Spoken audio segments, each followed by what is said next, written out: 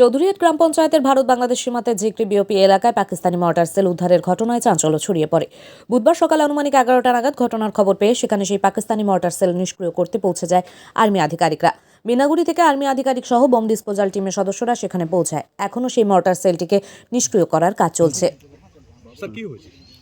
গতকাল বিএসএফ এখানে কনস্ট্রাকশনের কাজ করছিল, সেই সময় একটি মাটি খুঁড়তে গিয়ে তারা দেখে একটি মর্টার রয়েছে।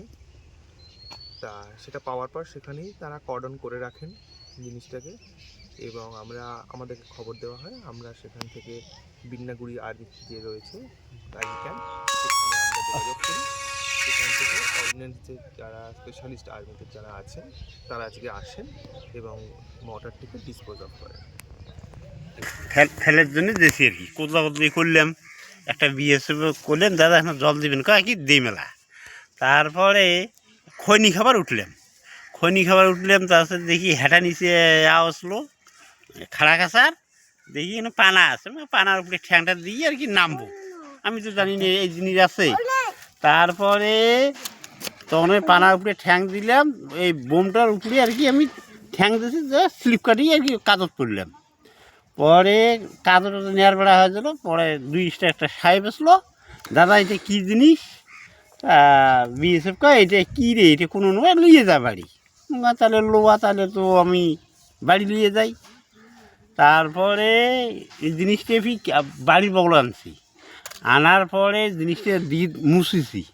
মোছার পরে দেখি নেখা আছে, পাকিস্তান নেখা আছে। আমার একটা ভাসতে ধরলো, পাকিস্তান দেখা দৌড়ি নিয়ে যা সাহেবক দিলাম। কখন ঘটনাটা হয়? এটা কালকে আর 8টার ঘটনা, সকাল 8টা। তারপর নিয়ে যা সাহেবক দিলাম। দেওয়ার পরে পড়া দেখলো, নেখাটা দেখলো।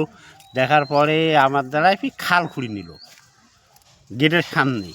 খাল পড়ার পরে 6টা বস্তা আনলো, আনার পরে মাটি ভরাইলাম, ভরিয়ে খালের বগল দিয়ে আর কি উঁচিয়ে করলাম। উঁচিয়ে করার পরে বোতলটা এই জায়গায় থুলাম। থোয়ার পরে আবার বস্তা দিয়ে ঢাকি তুলাম। ঢাকি থুয়ার পরে ফ্লাক গাড়িয়ে আজকে কি বোমটা নিষ্ক্রিয় করেছিল?